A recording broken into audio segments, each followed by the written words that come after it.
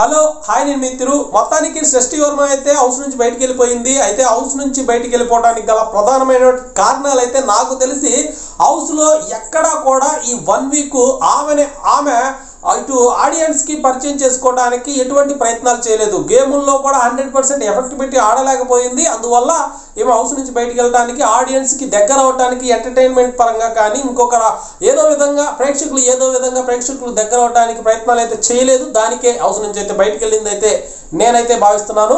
ఇంకా అదే విధంగా హౌస్ నుంచి బయటికి వెళ్ళేటప్పుడు ఆమె ఒక 4 కంటెస్టెంట్లు బెస్ట్ కంటెస్టెంట్లు మంచి జెన్యూన్ ఉన్నటువంటి వ్యక్తులు అన్నట్టు కూడా ఒక 4 పేర్లు అయితే చెప్పడం జరిగింది. వారి యొక్క పేర్లు ఇటు మనీష్ కానీ ఇటు హరీష్ కానీ అలానే ఇటు ఫ్లోరా సైని కానీ ఇంకా మరో వ్యక్తి రాము కానీ అంటే 4 కంటెస్టెంట్లు బెస్ట్ కంటెస్టెంట్లు వీళ్ళు జెన్యూన్ గా ఉంటారు హౌస్ లో అంటూ కూడా మాట్లాడింది.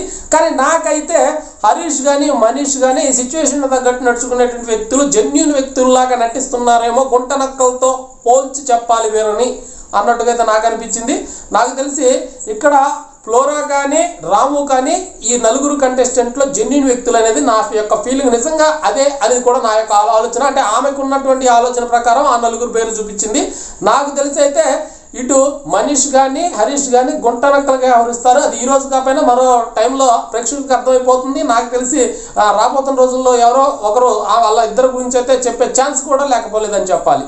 ఇక ఇటు జెన్యూన్ వ్యక్తులు ఎవరైతే ఉన్నారో వారి గురించి అయితే మాట్లాడడం జరిగింది. అలానే జెన్యూన్ వ్యక్తులు కాదు అంటూ కూడా ఇటు భరణి కానీ ఇటు రితు కానీ ఇటు తనుజ గురించి మాట్లాడింది. అదైతే 100% పర్ఫెక్ట్గా చెప్పినట్టయితే నాకు అనిపించింది.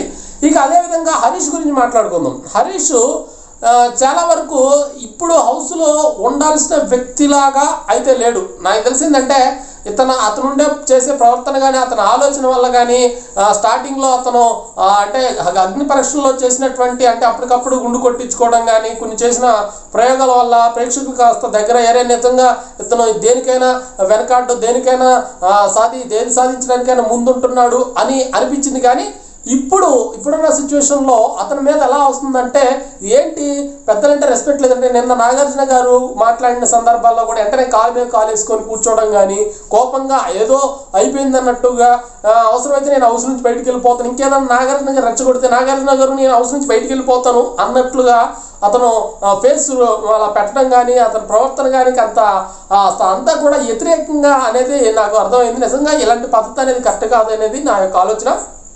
ఇంకా ఇటు మనీష్ కూడా అతను గేమ్లు ఆడేటప్పుడు ఇప్పుడు ఈరోజు జరిగినటువంటి గేమ్లో భాగంగా ఒక సాంగ్ని ఇటు సుమన్ శెట్టి గెస్ చేసిన తర్వాత సుమన్ శెట్టి ఆ సాంగ్ను పాడిన తర్వాత ఆ యొక్క కిసిక్ అనే ఏదైతే సాంగ్ ఉందో ఆ సాంగ్ను పాడిన తర్వాత ఈ మనీష్ వచ్చేసరికి అది కిసిక్ సాంగ్ అంటూ కూడా అతను వచ్చి పాడటం జరుగుతుంది. అంటే ఇక్కడ మీకు క్లారిటీగా అర్థమైంది లేదో, ఒకడు పడినటువంటి కష్టాన్ని ఒకరు విజయాన్ని ఇతను ఎప్పుడు కూడా ఆ విజయం నాదే అన్నట్టుగా పేరు చెప్పుకోవడానికి లేకపోతే అది నాదే అని ఎదుటివారి కష్టాన్ని ఇతను సక్సెస్ చేసుకోవడానికి ఎక్కువగా ట్రై చేస్తున్నాడు. గేమ్స్లో కూడా అంటే ఈ యొక్క 1 వీక్ జరిగిన గేముల్లో కూడా ఎక్కువగా అతను సంచాలకులకి వ్యవహరించిన టైంలో కూడా అతనికి ఇచ్చినటువంటి ఏదైతే ఆ యొక్క సంచాలకులుగా ఉన్న టైంలో కానీ అతనికి ఇచ్చిన జడ్జిమెంట్ విషయాల్లో కానీ అన్నిట్లో ఫెయిల్ అవ్వకుండా వచ్చాడు.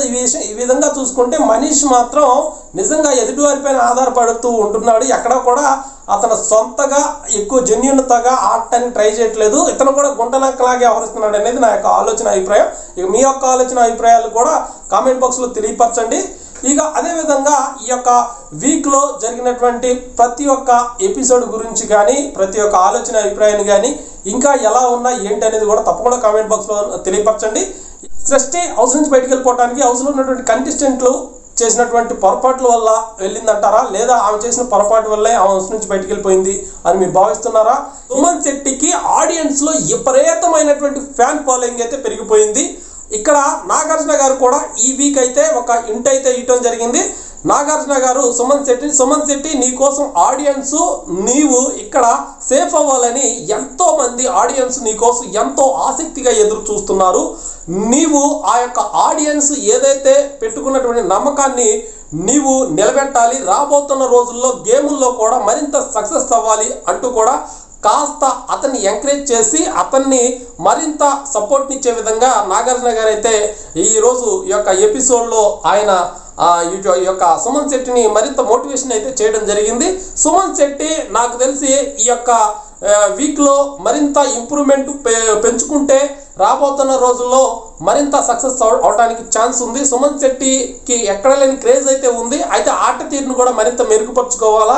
ఎప్పుడు కూడా వెనకడుగు వేయకోకుండా డల్లుగా ఉండకోకుండా ఎంత ఎఫెక్ట్ పెట్టి ఆడగలుగుతాడో అంత ఎఫెక్ట్ పెట్టి ఆడాలి. మరి చూద్దాం ఈ వీక్లో సుమన్ శెట్టి ఆట తీరు ఎలా ఉంటుందో. మెరుగుపడితే మరికి ఇక్కడ నెంబర్ 1 స్థానాల్లో ఉండే వ్యక్తుల్లో సుమన్ శెట్టి కూడా చేరిపోతారు. ఎందుకంటే ఆడియన్స్ పరంగా అతనికి ఎక్కడ లేని ఏ హౌస్లో ఉన్నటువంటి ఏ కంటెస్టెంట్కి కూడా సుమన్ శెట్టికి ఉన్నటువంటి క్రేజ్ కానీ సుమన్ శెట్టికి ఉన్నటువంటి ఫాలోయింగ్ కూడా లేదని చెప్పాలి.